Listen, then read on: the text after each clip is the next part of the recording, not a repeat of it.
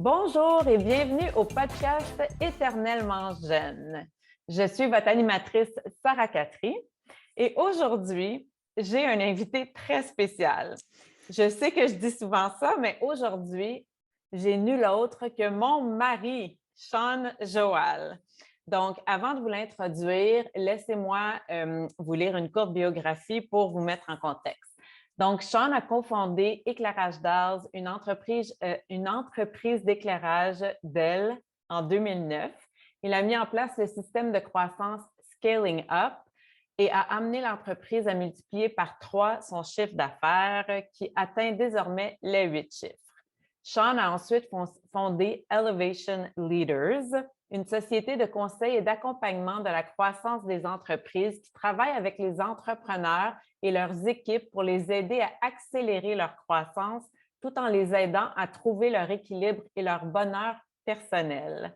Sean est l'auteur du livre The Happy Leader, une fable sur le leadership qui traite de la transformation dans les affaires et dans la vie. Il fournit une feuille de route du bonheur à ses lecteurs et clients, leur apprenant comment atteindre à la fois le bonheur et le succès. Ancien président de IO Montréal, Organisation des entrepreneurs, Sean reste membre actif et un mentor pour de nombreux jeunes entrepreneurs, les aidant à s'améliorer en tant que chef d'entreprise et en tant qu'individu. Finaliste pour le prix de l'entrepreneur de l'année de EY, Sean siège également au conseil d'administration de Champions pour la vie, une fondation à but non lucratif qui aide les enfants à développer leur savoir-faire physique. Passionné par les sports d'endurance et la poursuite rigoureuse d'objectifs, Sean est obsédé par la haute performance, la recherche du bonheur et le pouvoir de l'esprit pour mener une vie réussie, et il s'est engagé à transmettre son message au monde. Donc, Sean, bienvenue. Merci. Très excité d'être ici. Oui, bien c'est ça. Merci d'avoir accepté l'invitation. C'est sûr que ça faisait un bout de temps. Tout le monde me disait, tu devrais interviewer Sean. Ça a beaucoup rapport avec le sujet de mon podcast qui est sur la santé, longévité, bonheur, tout ça. Mais j'hésitais puisque je sais que beaucoup de ton travail est aussi en anglais, comme le livre que tu as écrit est en anglais. Mais en même temps, on est une famille tellement bilingue, puis je sais que beaucoup de tes clients sont francophones aussi. Donc, pourquoi pas partager ce qu'on fait l'un et l'autre. Donc, je veux juste avertir aussi notre public ou l'audience qu'on va faire notre possible pour ne parler qu'en français parce que Sean et moi, on a tendance à changer d'une langue à l'autre. C'est notre façon de parler. On parle le franglais, mais là, puisque le podcast est en français, on va faire un effort pour bien parler en français. Ça va être facile. Ça va être facile, oui. OK, Ouais. parfait. Donc, pour commencer, je voulais parler de ton livre, justement, qui s'appelle The Happy Leader. Donc, en français, on le traduirait par le leader heureux. Puis je sais que leader, c'est un mot anglophone, mais je pense que c'est quand même accepté en français, là. Donc, peux-tu nous parler de ce livre? Pourquoi tu l'as écrit? Ça parle de quoi? Je te laisse. Vas-y. Absolument. Donc, le livre, ça fait 8 ans que je l'ai écrit. Donc, il y a des gens qui vont dire waouh, quel parcours, tu as pris toutes tes expériences. Mais je pense que la réalité, c'est que j'ai juste procrastiné. J'ai pris trop de temps à l'écrire. J'aurais dû l'écrire plus rapidement, mais avec les entreprises et avec la carrière, c'était difficile d'écrire. Je faisais ça le soir, souvent à 9-10 heures, dans un peu de temps perdu juste avant de me coucher. Donc, ça a pris 8 ans, c'est la réalité, je ne vais pas m'en cacher. Le livre, spécifiquement, moi, j'ai tout le temps suivi beaucoup d'auteurs qui ont écrit des livres plus comme une forme histoire.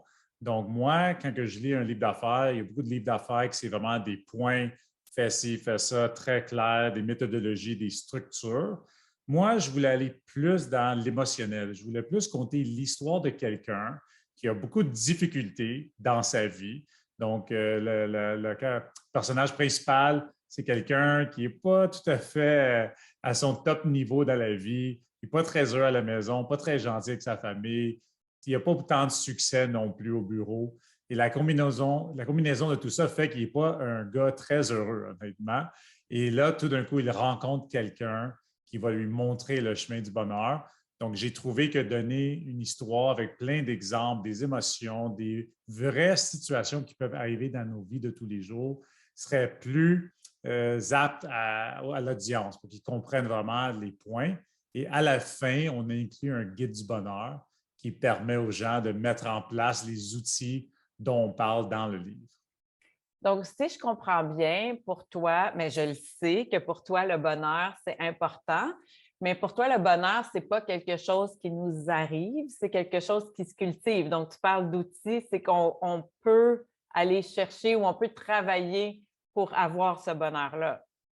Absolument. Donc, je pense que c'est important de mentionner à ton audience que mon nom, Sean, c'est mon deuxième nom. Mon vrai nom, c'est Sukraj.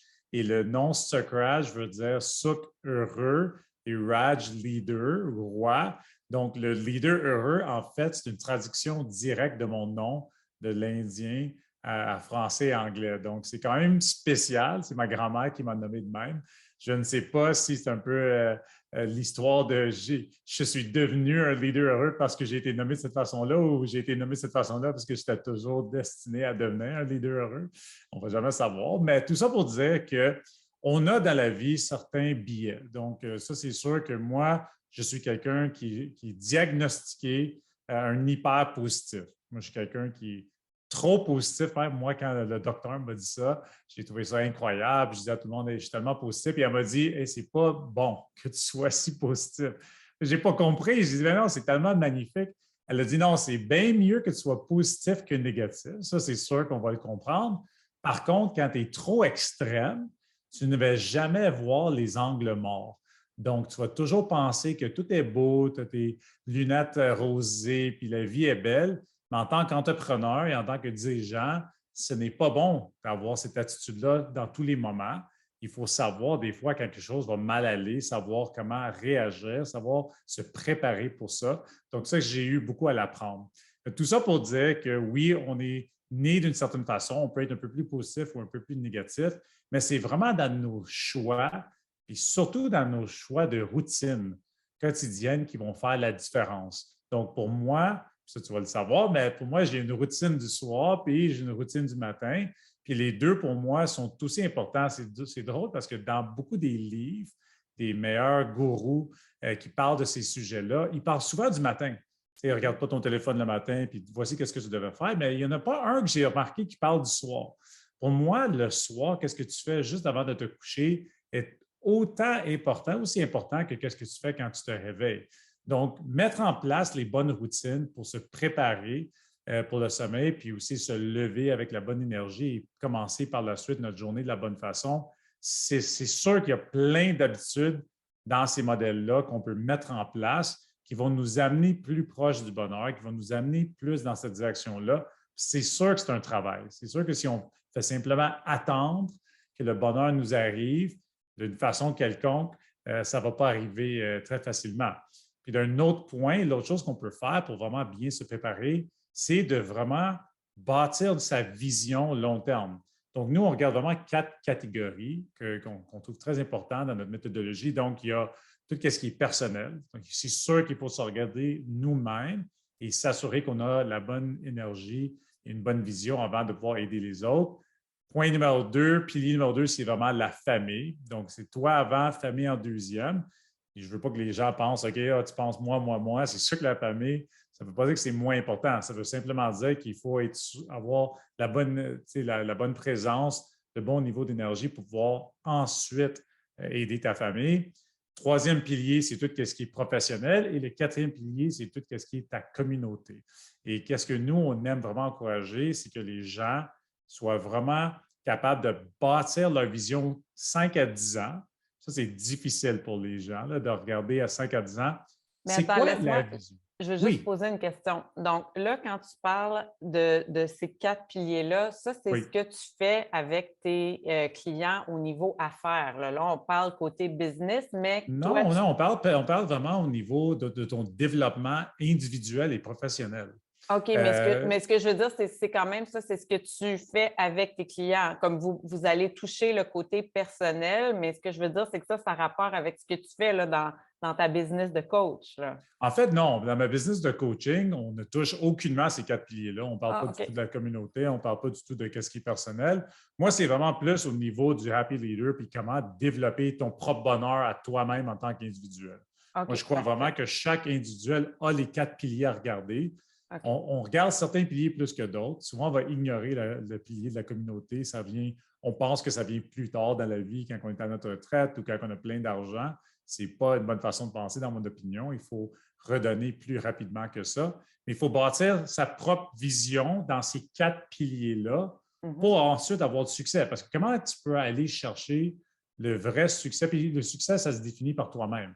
C'est sûr qu'on peut aller se comparer à tout le monde, qu'est-ce qu'on veut, à qui on veut, mais la réalité, c'est qu'il va toujours avoir quelqu'un de meilleur que nous.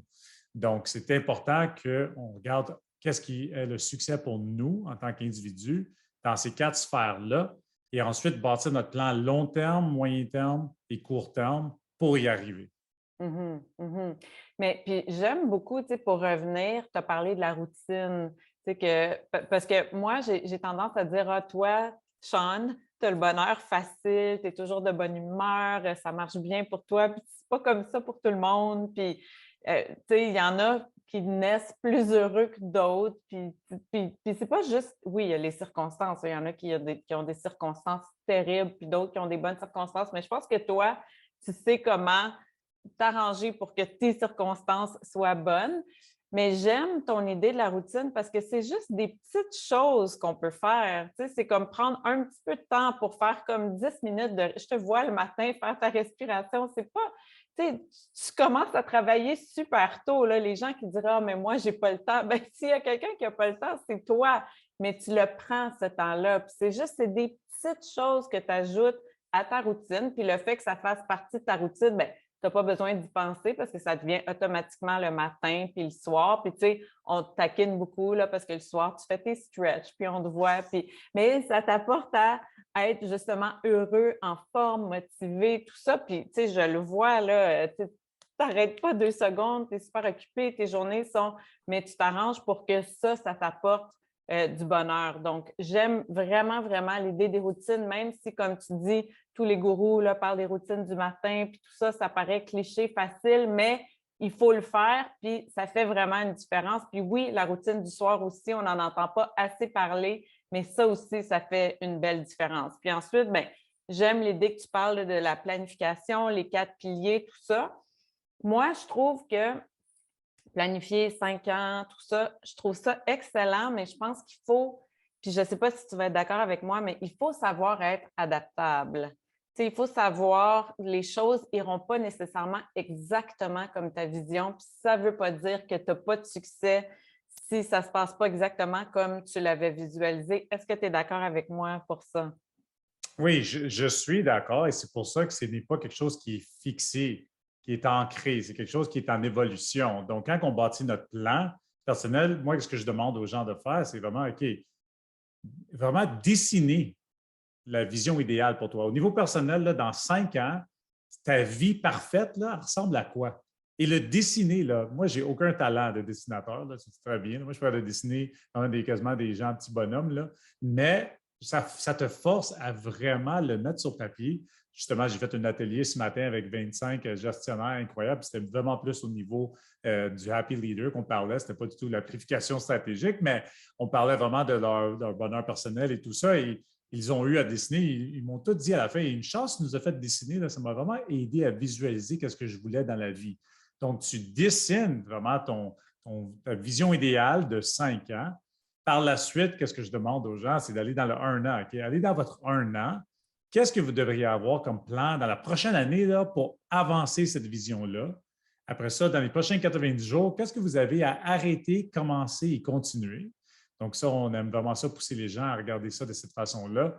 Et la dernière étape, c'est de dire quelle identité et on appelle ça des super puissances, un peu comme les super-héros, là, quelle super puissance que j'ai besoin pour que cette vision devienne une réalité? Est-ce que j'ai besoin de devenir quelqu'un qui est beaucoup plus productif? Est-ce que j'ai besoin d'être quelqu'un qui écoute mieux les autres? Est-ce que je dois être quelqu'un qui doit être en meilleure forme physique?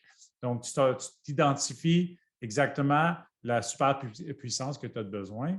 Et c'est vraiment cette étape, c'est 3, 4, 5 étapes-là qui vont permettre de mettre ta vision en place. Et ensuite, c'est quelque chose qu'on devait regarder mensuellement à chaque trimestre et on le rebâtit à chaque année parce qu'il est en évolution, justement. C'est ça, les choses changent, surtout Oui, avec, tu sais, comme il y a eu la pandémie, il y a eu, tu sais, tous les plans des gens, tu sais, les gens qui, disons, qui avaient des buts de voyager, il y en a beaucoup qui mettent ça dans leur plan de 5 ans, comme, tu sais, des voyages vraiment spéciaux, qui travaillent toute leur vie pour en arriver là, puis là, ben, on s'est vu tout annuler, tout. Fait qu'il faut savoir, tu sais, au lieu d'être découragé, puis ben, on a le droit à un peu de découragement, mais après ça, il faut savoir comme rebâtir la vision ou comme s'adapter justement pour rester sur la voie du bonheur. oui, absolument. Et je veux revenir un peu sur le point que tu as mentionné avec les routines et tu as parlé spécifiquement de temps.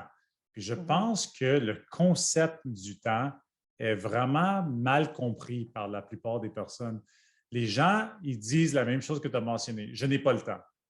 Mais cette attitude-là et cette expression-là, en fait, est complètement fausse dans plusieurs sens. Quand que tu mets en place une routine qui marche vraiment bien pour toi, tu vas gagner du temps, tu ne vas pas en perdre. Tu n'es pas en train de te mettre quelque chose de plus. Tu es en train de maximiser et de t'assurer que tu vas mieux utiliser ton temps dans la journée après. Je donne l'exemple. Si tu commences ta journée et la première chose que tu fais, c'est que tu prends ton cellulaire, tu commences à répondre à des courriels, tu commences à répondre à tes textes, à tes WhatsApp, à toutes sortes de messages que tu reçois. Maintenant, tu as perdu le contrôle. Tu n'as plus aucun contrôle sur ta journée. Ton cellulaire et tous les gens qui sont dans ton cellulaire ont contrôle de ta vie maintenant. Tandis que si tu te lèves et tu te dis, OK, c'est quoi l'intention que j'ai pour cette journée aujourd'hui? L'exemple parfait, c'est ce matin, je me suis levé, moi, je donnais une conférence. Moi, mon intention de la journée, c'était être le meilleur conférencier possible pour les 25 gestionnaires à qui je vais présenter. Ça, c'était l'intention que j'avais pour la journée. J'ai fait mes étirements, puis j'ai visualisé vraiment qu'est-ce que ça représente pour moi. Si j'aurais commencé ma journée avec mon téléphone, puis là, j'ai 8 feux à éteindre, puis plein de gens qui m'ont des questions, là, j'arrive à ma présentation et quoi? Comment que je vais me mettre dans le bon état d'esprit pour pouvoir donner et livrer quelque chose de spectaculaire? Ça va être très difficile. Donc, c'est plus une question de contrôle puis d'influence, puis de dire, si tu mets une routine qui est très solide au début de ta journée et en fin de journée, tu vas être encore mieux préparé et ça va te sauver du temps. Ça ne va pas rajouter du temps. Mhm. Bien, définitivement, tu es l'exemple de ça parce que, tu sais, on habite ensemble, mais nos vies sont tellement différentes. Puis moi, je vais souvent penser comme, oh mon Dieu, j'ai pas le temps pour telle chose. Mais toi, tu es 6 fois plus occupé que moi, puis je te vois là, courir d'un bord puis de l'autre, mais tout ce que tu fais, tu le mets à ton agenda. Donc, tu accomplis tellement. Puis, tu sais, en anglais, on dit souvent, ben, je pense que ça se dit en français aussi, mais quand tu dis, si tu veux comme que quelque chose soit fait, donne-le à une personne occupée. Tu sais, give it Ouais. to a busy person. Parce qu'on sait que cette personne-là va le faire. Mais justement, je pense que tu es quand même très productif. Puis, tu mets, tu sais, tes entraînements, tu les mets à ton horaire. Tu mets ta méditation à ton horaire. Tout est à ton horaire. Puis tu t'assures de faire ces choses-là. Puis j'imagine que c'est des choses qui, pour toi, c'est comme tu viens d'expliquer, ça t'apporte des bienfaits. Puis je pense que si les gens mettent ces choses-là en place, ils vont voir avec le temps aussi, c'est ça que ça t'apporte des bienfaits. Donc, ça vaut la peine de le faire, là, puis de s'organiser pour ajouter ces petits éléments de la routine à ta vie de tous les jours parce que si tu es quelqu'un d'occupé, tu ne peux pas dire ah, tu sais, dans 6 mois, je serai moins occupé. Non, c'est ta vie. Donc, fais-le maintenant. Là. Absolument. Ce n'est pas une question de talent. Moi, je regarde ça vraiment comme une question de discipline. Il faut Oui, avoir la discipline de le mettre dans l'horaire et de le oui. suivre et de ne pas dire ah, là, j'ai un autre appel plus important à faire.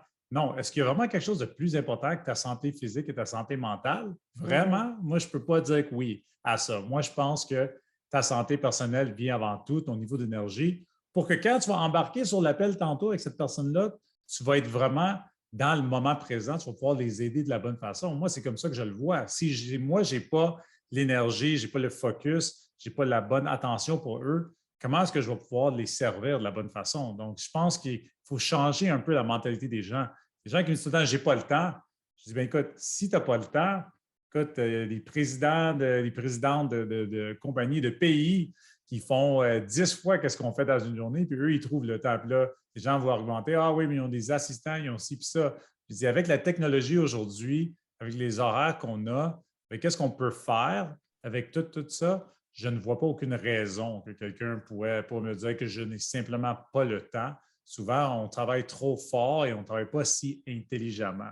Moi, je pense qu'il faut shifter un peu la mentalité là-dessus, aller plus dans du travail intelligent, puis travailler un peu moins fort, mais plus organisé, plus structuré.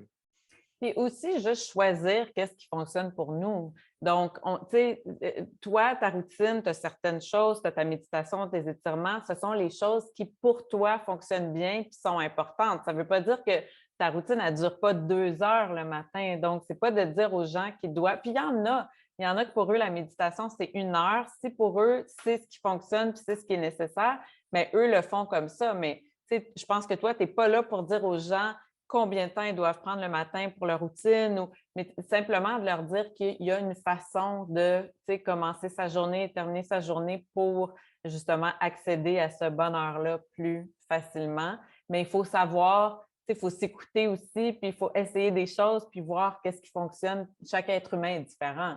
Est-ce que tu es Absolument, d'accord? et Oui. je suis à 100% d'accord. Et une des choses les Oui. plus importantes dans tout ça que moi, je trouve qui est souvent ignorée, c'est, puis on en parle, c'est un petit peu notre système, puis un petit peu notre rythme biologique aussi. L'exemple que je donne, moi, je suis certains gourous, puis Robin Sharma, il crée un livre, c'est le club du 5 AM. Il faut absolument se lever à 5 heures le matin et faire ci, puis ça. Moi, je trouve ça ridicule, honnêtement. Moi, je pense que les gens, il y a certaines personnes qui vont travailler très, très bien le matin. Il y en a d'autres qui vont travailler beaucoup mieux le soir. Il faut trouver ton temps de la journée aussi. C'est sûr qu'on a des horaires qui sont complètement différents d'un individu à l'autre. Donc, essayer de mettre les gens dans une boîte, dans une genre de structure qui n'est pas pour eux, ne va jamais fonctionner. Moi, je n'aurais pas intérêt, puis peut-être ça va venir avec le temps, mais je n'aurais jamais intérêt de me lever, je pense, à 5 heures pour commencer ma routine. Mais je m'assure qu'à 6h, 6h15, 6h30, que j'ai quand même mon petit moment le matin pour le faire. Je connais d'autres gens qui, eux, sont beaucoup plus productifs, énergétiques le soir. Donc, si tu es quelqu'un qui travaille mieux le soir ou la nuit, il n'y a rien qui t'arrête de mettre plus de temps dans une routine, dans les bonnes habitudes plus tard, quand les gens sont couchés dans la maison. Peut-être c'est un meilleur moment pour toi. Donc, il faut vraiment choisir aussi le bon moment de la journée.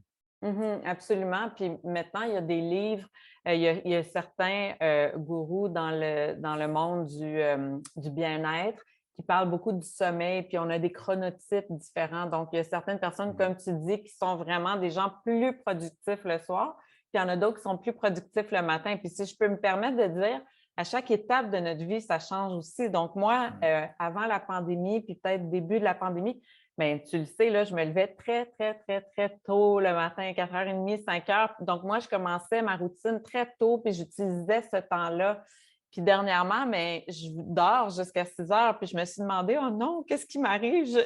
Mais je ne mettrai pas mon cadran pour me lever à 5h. Je suis contente de dormir jusqu'à 6h. Donc, on a des différentes étapes dans notre vie selon l'âge des enfants, selon notre routine, tout ça. Puis il faut écouter son corps, puis on n'est pas obligé de suivre à la lettre ce que justement les gourous font. On peut s'inspirer, mais ensuite, on fait ce qui fonctionne bien pour nous. Donc, je pense qu'on est d'accord avec ça. Puis je pense que c'est important, justement, de transmettre ça aux gens, qu'il n'y a pas une façon, mais c'est de trouver la façon qui fonctionne pour toi, puis de mettre des choses en place pour justement favoriser le bonheur, ce fameux mot-là. Mais je voulais te demander, donc toi maintenant, parce que là, tantôt, je te demandais si c'était ce que tu faisais avec tes clients. Donc, toi, tu coaches des clients. Souvent, c'est des équipes de gestion dans des compagnies pour la croissance de la compagnie. Mais quel rôle ce bonheur il y a dans ton travail? Comme est-ce que tu disais que tu ne fais pas ça avec tes clients d'affaires, mais je sais que tu utilises quand même des petites techniques, puis les gens aiment ton approche. Donc, c'est quoi le rôle de tout ça dans ton travail? Absolument. Nous, qu'est-ce qu'on fait en tant qu'entreprise? On rentre dans les autres compagnies et on va travailler avec le PDG ou la présidente ou quoi que ce soit et l'équipe stratégique. Donc, tous ces gens-là ensemble et on va bâtir leur vision professionnelle. Tu sais, on va vraiment travailler sur la compagnie, c'est quoi le but hautement audacieux et grandiose de l'entreprise, qu'est-ce qu'on a besoin comme capacité sur les 3 prochaines années pour y arriver, c'est quoi notre plan d'1 an, c'est quoi les priorités 90 jours. On va vraiment bâtir le plan, comment embaucher, comment renvoyer, comment avoir les bonnes personnes dans les bons sièges. On va regarder tout l'ensemble. Ça, c'est quelque chose que nous, on fait, mais que d'autres compagnies vont faire aussi. Ou que ça devient très différent pour nous. Et les gens, je te dis, ça va être tout ça bizarre et différent, mais je le fais toujours. C'est que j'explique à les équipes stratégiques avec qui je travaille. Nous, on va aussi vous apprendre comment réduire le stress et amener plus de bonheur, un peu de longévité, qui est un sujet important pour toi. On va vous apprendre comment vivre plus longtemps aussi. Puis on rentre dans les entreprises, puis là, souvent, à les pauses, okay, les gens vont dire, OK, c'est la pause. Là, qu'est-ce qui arrive? La personne part, commence à appeler toutes sortes de monde, commence à regarder leur courriel, ils ont perdu le focus. Et là, nous, en tant que coach, on s'attend que cet individu-là revienne dans la salle, s'assoie et soit complètement dans le moment présent pour un module stratégique qui est assez lourd sur le cerveau. C'est complètement ridicule de penser qu'ils vont être capables de le faire au niveau que nous, on recherche. Donc, moi, je les ramène dans la salle et là, je vais à chaque fois dire, OK, là, on fait une activité. L'activité va être une respiration spéciale. L'activité, peut-être, on va se lever, on va faire le test d'une jambe pour voir s'ils sont capables de rester debout, les yeux fermés sur une jambe. On va faire un petit peu d'étirement, on va aller dehors. On va faire quelque chose pour les ramener dans le bon moment, mais c'est aussi des trucs que je leur explique, ils vont pouvoir utiliser partout dans leur vie. Ce n'est pas juste pour ce qu'on vient de faire là. Je dis, moi, je voudrais que vous intégrez ces éléments-là dans votre vie de tous les jours. Puis c'est un petit peu une plus-value puis un différenciateur pour notre entreprise Elevation Leaders que nos coachs rentrent là et qu'on apprend ça à nos clients. Parce qu'on veut non seulement qu'il y ait du succès au niveau professionnel, mais on veut aussi qu'ils soient capables d'avoir plus de bonheur et moins de stress au niveau personnel. Puis est-ce que tu sais s'il y en a dans ces gens-là qui finissent par appliquer ça? Est-ce que tu as du feedback? Il y en Moi, a j'en ai qui... plein. J'ai plein de monde qui ouais. m'appelle, qui me disent après, je fais maintenant ta méditation, oui, maintenant je fais la respiration spéciale que tu m'as montré, ou je fais plus d'exercices, j'ai tout intégré dans ma vie. J'ai plein d'histoires de succès avec mes clients ensuite. Je pense qu'il y a un peu d'imputabilité aussi, parce que moi, je leur parle mensuellement et on se voit chaque trimestre. Donc, quand tu arrives à voir quelqu'un dans 3 mois, souvent, ils ont hâte de te dire. Ils ont un petit peu de gêne s'ils ne l'ont pas fait aussi. Donc, ça les pousse un peu à le faire, de dire hey, je l'ai fait, qu'est-ce que tu m'as dit là? Puis ça fait telle différence, ou ça m'a beaucoup aidé. Donc, c'est sûr que moi, je n'aime pas ça, juste motiver et inspirer les gens. Je pense que dans la vie, il y a une place pour ça, mais pour moi, je veux donner des outils qui peuvent appliquer immédiatement avec succès. Puis je suis certaine aussi que s'ils aiment ce qu'ils font, après ça, bien justement, ces outils-là, il y en a tellement qu'on peut trouver aussi sur Internet. Tu sais, si quelqu'un, tu leur apprends une certaine sorte de respiration, bien là, ils peuvent aller, puis ils peuvent pousser plus loin, ils peuvent trouver les outils, tu sais, justement sur Internet, puis pousser plus loin les différentes pratiques, tout ça. Donc c'est le fun, c'est intéressant. Puis, tu sais, on avait reçu sur le podcast, on a reçu une ergothérapeute, mais que tu connais bien, Marie-Ève. Marie-Pierre. Marie-Pierre que je coach. Marie-Pierre, oui, ben, exactement, c'est ça. Ouais, puis ça. elle nous disait vraiment, parce qu'on parlait du télétravail, tout ça, puis comment les gens maintenant ne bougent pas assez quand ils sont à leur poste de travail. Justement, ils s'organisent trop bien pour tout avoir comme leur collation, leur drink, tout ça. Donc, ils n'ont pas besoin de bouger. Puis elle nous disait comment c'est pas bon, on n'est pas productif dans ce temps-là. Il faudrait aux 15 minutes se lever puis juste comme se dégourdir un peu puis tout ça. Donc, j'imagine que pour vous autres, de faire ça dans des sessions là, où est-ce que vous décidez des choses importantes pour le futur de la compagnie. Donc, j'imagine que oui, c'est super important là, de prendre le temps de faire un peu de respiration, bouger un peu, tout ça. Ça change vraiment les idées, puis ça met les gens vraiment confortables. Et je leur apprends, il faut être confortable à être inconfortable, qui sort d'un bon livre que j'ai lu récemment. Moi, je leur dis tout de suite, même avant qu'on commence un mandat ensemble, la plupart aiment ça. C'est sûr qu'il y a certaines personnes qui sont un peu inconfortables, mais ils ne sont pas sûrs. C'est quoi cette affaire-là qu'on va faire? Mais j'ai jamais vu une personne, j'ai jamais entendu quelqu'un se plaindre après qu'on ait fait ces exercices-là qu'on a donné ces outils-là qui m'ont dit ben, c'était complètement inutile et pourquoi on a fait ça? On n'aurait pas dû perdre notre temps là-dessus. Tout le monde semblait être assez emballé et trouver que ça les aide. Oui. Puis là, je voulais parler un petit peu du sommet que tu as fait, le Business Elevation, Elevation Business. Voyons, est-ce que tu peux... Business Elevation Summit. Bon, c'est ça. Donc, ça, c'est ben, juste pour expliquer aux gens, c'est quoi? C'est un sommet où tu interviews plusieurs gens en affaires qui ont justement du succès en affaires puis qui ont comme une histoire à raconter. C'est des gens souvent très inspirants. Là. Comment tu les décrirais? Les gens qui sont les invités, Oui, oui. je te dirais que c'est des hauts performeurs dans leur domaine respectif. C'est les meilleurs gens de marketing sur la planète, les meilleurs gens de vente, les meilleurs gens stratégiques, exécution, finance. On est allé chercher toutes les sphères dans le monde des affaires et on les a amenés sur le sommet. OK.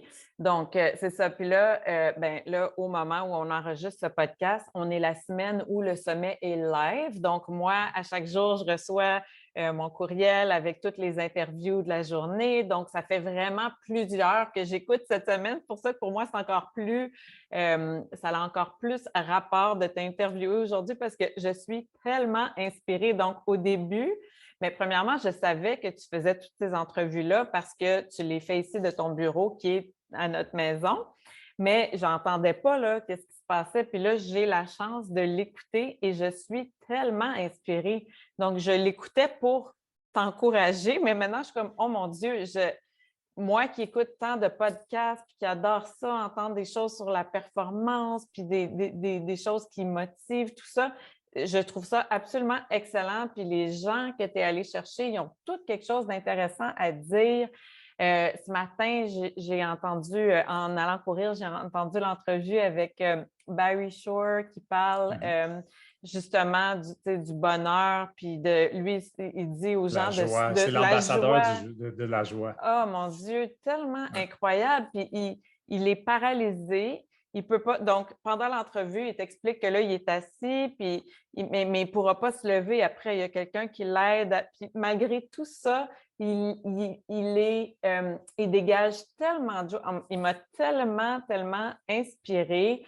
Puis il y en a eu plein d'autres, là. En tout cas, j'encourage les gens on donnera comme les coordonnées à la fin. J'encourage les gens à vérifier. Mais ma question par rapport à ça, c'était tu abordes souvent le sujet avec tes invités d'une vie équilibrée. En anglais, on parle souvent de work-life balance.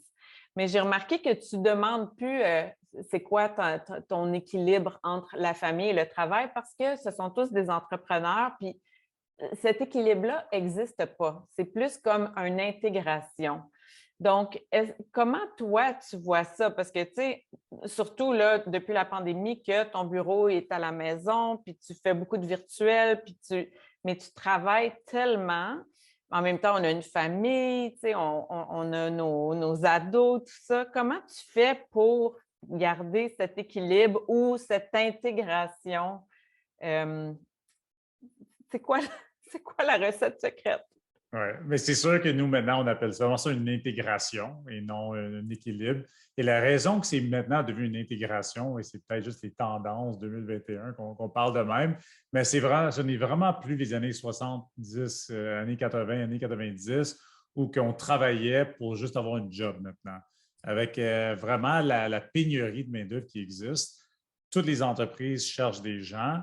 Les employés ont l'embarras du choix. Okay? Ils ont l'embarras du choix. Ils peuvent aller travailler où ils veulent, quand ils veulent, comment ils veulent, flexibilité, travailler de la maison. Tout est là sur la table maintenant. Donc, avec ça vient un petit peu l'obligation et la responsabilité de trouver quelque chose qui te passionne. Puis je sais que c'est dangereux ce mot-là, la passion va suivre ta passion. Moi, je ne pense pas que tu devrais simplement aller vivre et suivre ta passion. Okay? Moi, ma passion, comme tu sais très bien, Sarah, c'est les sports. Tu sais, moi, je suis un gars, je suis obsédé avec les sports. J'adore écouter le hockey, le football. Je suis dans des poules, j'aime tout ça. Les poules, il faut que je les lâche bientôt. J'ai plus de temps pour ça. Mais tout ça pour dire que si j'irais juste suivre ma passion, mais qu'est-ce que je ferais exactement? Je deviendrais commentateur pour RDS. C'est pas vraiment dans mes pistes en ce moment de qu'est-ce que je veux faire. Mais je crois que tu peux vraiment aimer et vraiment trouver une certaine passion dans qu'est-ce que tu fais. Donc, de l'autre côté, pour moi, travailler avec les gens, vu que je suis dans le jaune sur les personnalités, c'est vraiment influence, c'est vraiment une personne sociable. Moi, j'ai besoin d'être entouré de gens. J'ai besoin de travailler avec des équipes. J'ai besoin de travailler avec plein d'individus. Je me suis trouvé une carrière, une entreprise où que maintenant, la grande majorité de mes journées, c'est d'interagir avec d'autres individus et les aider, de les amener d'un certain niveau à un autre niveau. Et eux, je ressens quand ça fonctionne, là, le bonheur, la synergie, l'énergie qui vient avec tout ça. Donc, je pense que c'est vraiment important. Pour revenir à ta question, le problème, c'est que si on est trop structuré dans ce qu'on fait, puis on se dit, OK, maintenant, moi, je travaille 9 à 5 parce que c'est juste ça les heures de travail, puis demandez-moi pas plus de faire une minute de plus. Si tu te sens comme ça par rapport à ce que tu fais dans la vie, c'est sûr que c'est simplement un emploi. Ce n'est pas vraiment quelque chose que tu veux faire dans la vie. Okay? Il y a une différence d'avoir un emploi et qu'est-ce qu'on veut faire dans la vie. Moi, je fais ce que je veux dans la vie. Je travaille beaucoup, mais je fais ce que je veux dans la vie.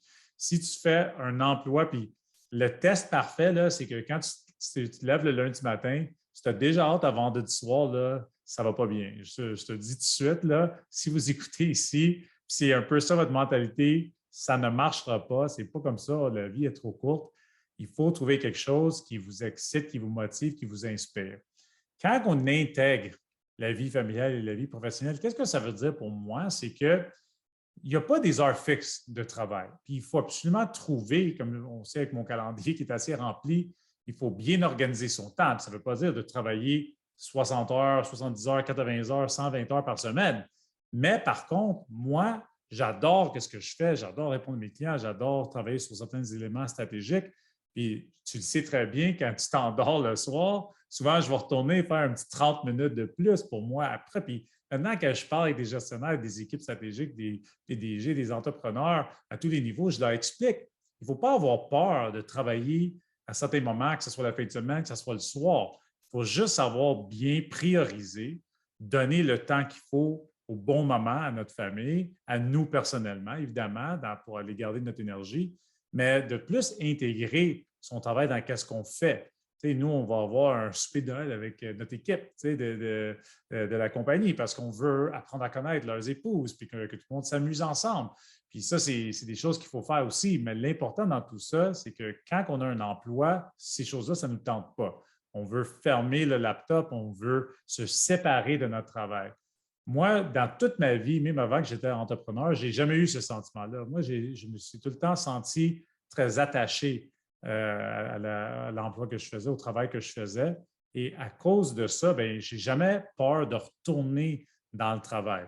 Donc, il faut, oui, trouver un certain équilibre, mais c'est plus l'intégration, comment vous allez l'intégrer pour que votre famille accepte ce que vous faites, que vous trouvez des moments qui ne sont peut-être pas les mêmes que dans un emploi traditionnel, dans les heures traditionnelles qui existaient avant, et de savoir intégrer les deux de la bonne façon. Mais c'est vrai. Puis, je le vois, tes clients vont te texter à tout moment. Puis, je le vois, des fois, tu as le goût de répondre, là, tu les aimes. Là, puis des fois, je suis comme, OK, comme, tu vas faire ça maintenant. Là, mais tu as une belle discipline. Puis, tu le sais, oh non, là, c'est le temps de la famille. Là. Mais disons que je te dis, ah, ben moi, j'aurais justement quelque chose. Tu es comme, OK, va faire ce que tu as à faire. Moi, je vais répondre à mon client. Je le vois, là, tu aimes tellement ça.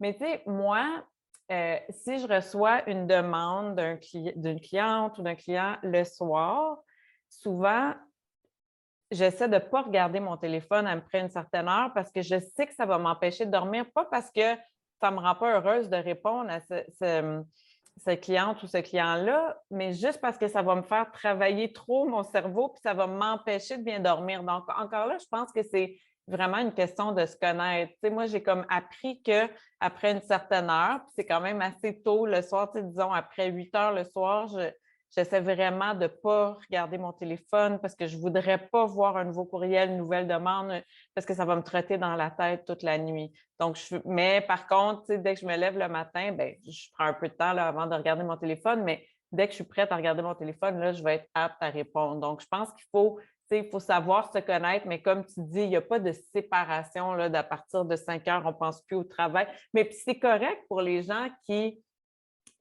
ont encore des emplois qui fonctionnent comme ça, puis pour eux, ça fonctionne bien, c'est super correct, là. Je pense que toi, ce que tu es en train de dire, c'est surtout quand tu es entrepreneur que… Mais la règle, c'est la même pour tout le monde. La règle, moi, j'aime la règle du lundi matin. Moi, je dis à tout le monde. Ça change. Tu peux être n'importe qui dans la vie. Tu peux travailler au Tim Hortons, tu peux être CEO d'une entreprise. Ça ne change rien.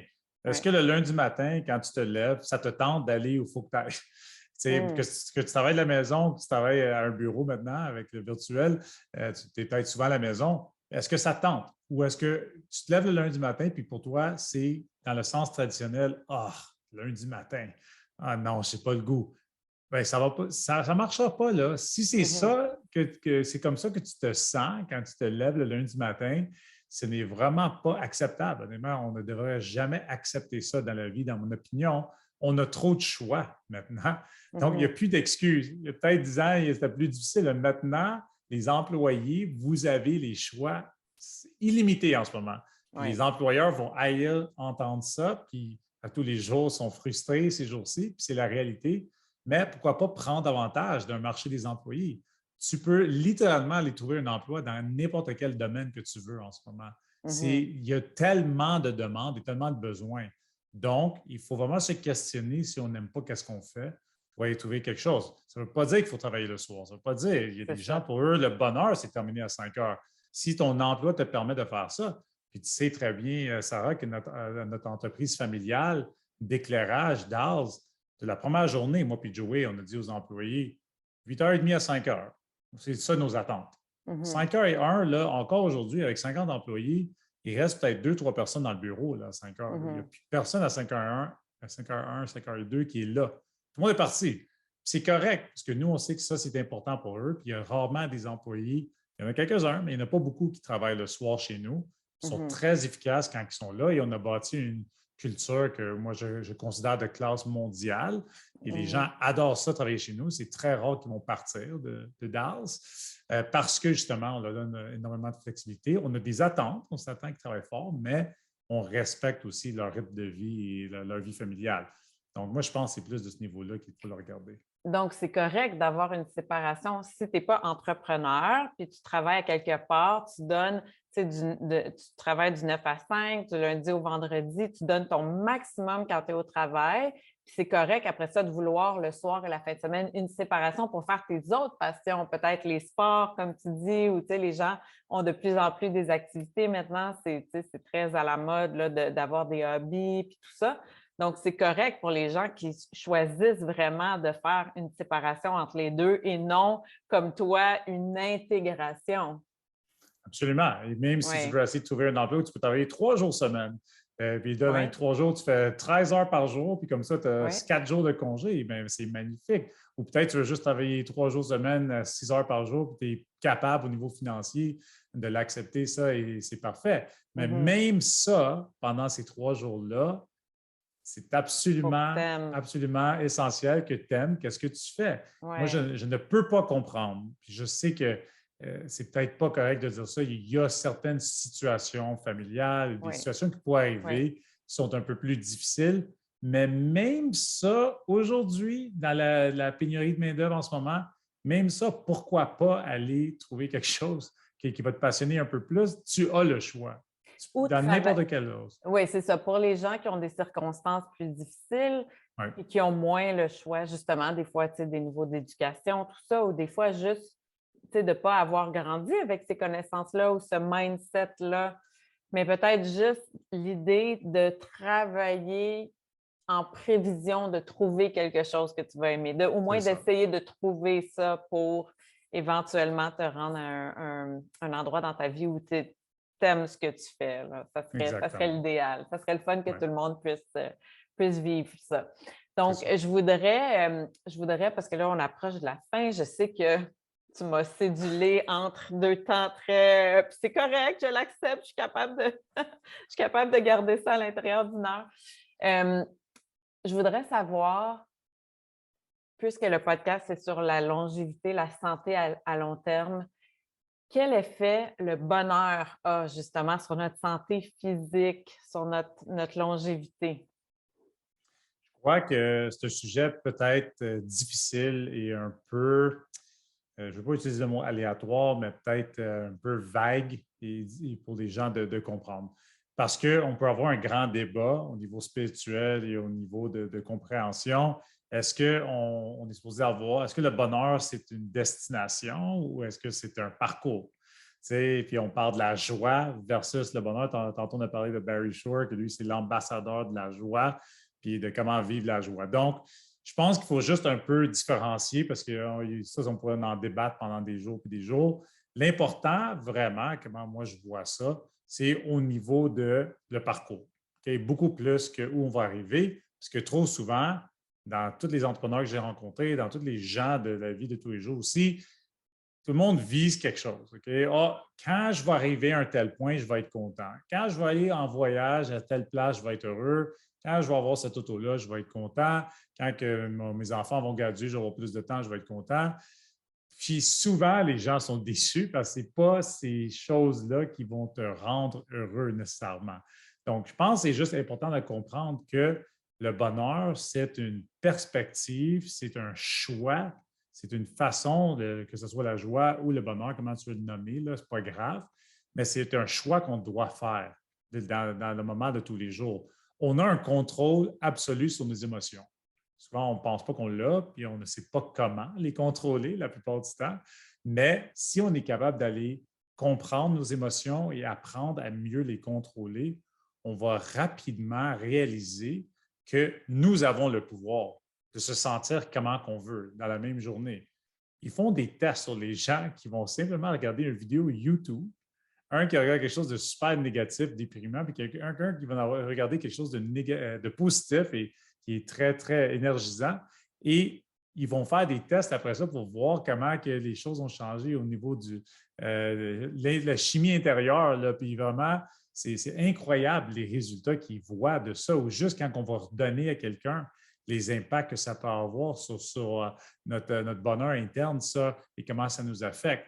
Donc, ça, c'est des choix qu'on fait. C'est des choix de qu'est-ce qu'on va consommer en tant que consommateur, quel matériel qu'on va regarder, à qui on va parler, avec qui on s'entoure, quelles activités qu'on veut faire. Toutes ces décisions-là sont dans notre contrôle. Ils sont vraiment dans notre contrôle. Donc, il faut un peu bâtir la vie de nos rêves parce qu'on a seulement une vie. Donc, pourquoi pas s'assurer qu'on consomme les bonnes choses, qu'on rencontre les bonnes personnes, qu'on voit et qu'on fait les choses qu'on veut. Et on a vu avec les zones bleues sur la planète, il y a 9 zones bleues, les gens qui vivent plus longtemps, ce n'est pas parce qu'ils ont plus d'argent, ce n'est pas parce qu'ils ont plus de biens matériaux, c'est parce que, un, ils ont une communauté. Oui. Donc, ils gardent une communauté très proche d'eux. Donc, moi, la première chose que je disais aux gens qui écoutent le podcast, avec qui vous êtes entouré? Est-ce que vous avez des bons et bonnes amis, les gens qui vous aiment, des amis à qui vous pouvez vous tourner dans des moments difficiles? Assurez-vous que votre communauté, que vous êtes entouré de la bonne façon. Ça, c'est numéro un. Après ça, est-ce que votre mode de vie est une mode de vie qui permet beaucoup, comme on a parlé tantôt, qu'on puisse bouger? Et ces gens-là, dans ces zones bleues-là, ils marchent partout. Ce n'est pas sédentaire, ce n'est pas juste assis sur des sofas à écouter la télé. Ils n'ont pas juste des autos pour aller. Ils marchent partout, ils marchent en communauté, ils se voient, ils vont un peu, ils font du jardinage, sont dehors avec de l'air frais et tout. Donc, ça, c'est des choix, encore une fois, qu'on peut faire. Moi et toi, on prend des marches à tous les soirs, même quand il fait froid, même quand il pleut, on y va. Puis, des fois, ça ne nous tente pas. Puis là, on se regarde, on dit, OK, on fait notre expression très drôle qui est ça fait toujours du bien pendant une marche. On se le dit tout le temps, on marche, ça fait toujours du bien, même si ça ne nous tentait pas. C'est des choix qu'on fait. On est les seuls dans notre quartier qui se promènent sans chien. Tout le monde va promener leur chien. Nous, on se promène parce qu'on veut vivre plus longtemps. Exactement. Donc, faire ces choses-là, faire de la méditation, vraiment amener un élément spirituel, non religieux, mais spirituel dans sa vie, prendre du temps pour soi-même aussi dans tout ça, dans le calme, non stressé. C'est toutes ces choses-là qui vont faire qu'on va vivre plus longtemps. Et qu'est-ce qui est drôle, c'est que ces choses-là amènent directement au bonheur aussi. Donc, c'est un peu à se demander pourquoi les gens ne le font pas, ne le font pas. C'est bizarre, parce qu'on sait très bien que faire la méditation, que prendre des bonnes marches, que de s'entourer avec des bonnes personnes, toutes ces choses-là, ils vont faire énormément de bien. Puis c'est sûr que moi, je suis un gars social, fait que je vais dire, je ne comprends pas pourquoi les gens ne le font pas, mais je pense que tout le monde aime ça, avoir des gens, des amis autour d'eux. Puis je pense que je ne connais pas grand monde qui n'aime pas l'effet d'une bonne marche. On ne parle pas d'aller courir 20 km, là. On parle de prendre une marche dans la nature, de regarder le soleil, les arbres, qu'est-ce qu'il y a autour de nous. Donc, je pense qu'il faut faire plus de choix, des bons choix dans la vie. Des fois, il faut se pousser. On n'a pas tout le temps le goût, mais ça fait une différence. Oui, puis en même temps, mais c'est le travail d'une vie, là. Tu sais, c'est pas toutes ces choses-là, tu les fais pas depuis que tu as 10 ans, là. Il y a beaucoup de choses qui, tu sais, tu t'intègres une chose à la fois, puis tu sais, ta routine change, puis mais je pense que, comme tu dis, c'est facile, mais c'est facile d'ajouter des petites choses une à la Oui. fois. Puis à un moment donné, tu es comme, ah, j'ai quand même je fais beaucoup de choses, puis ces choses-là m'apportent du bonheur, puis donc, Ouais, comme tu dis, c'est le parcours, c'est pas la destination. c'est clair, c'est Oui. clair. Ben, je trouve ça super intéressant. Merci beaucoup, Sean. Avant qu'on se quitte, est-ce que tu pourrais nous dire où les gens peuvent trouver, ben, dans le fond, il y a ton livre qui peut être intéressant, sinon, ben, les gens en affaires, il y a tes services là, en affaires. Puis il y a aussi ben, le sommet. Est-ce qu'on peut donner l'information du sommet ou est-ce que c'est sur ton site Web?